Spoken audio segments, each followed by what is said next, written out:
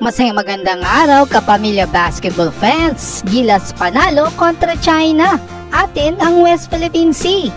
Kapamilya, isa ba kayo sa mga nanood ngayong gabi ng laban ng Gilas Pilipinas kontra koponan ng China? Kapamilya, sobrang exciting at ako'y sobrang kinabahan sa naging laro ng Gilas Pilipinas kontra China.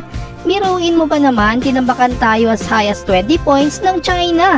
Pero nakahabol tayo sa last 2 minutes ng 4th quarter dahil sa hot shooting at hustle ni Justin Brownlee na tumikada ng back-to-back 3 points.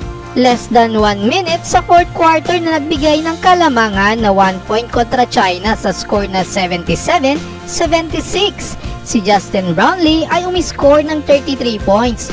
Makakalaban ng Gilas Pilipinas ang Team Jordan sa finals sa October 6. Congrats Gilas Pilipinas, go for gold! Anong sa inyo kapamilya basketball fans?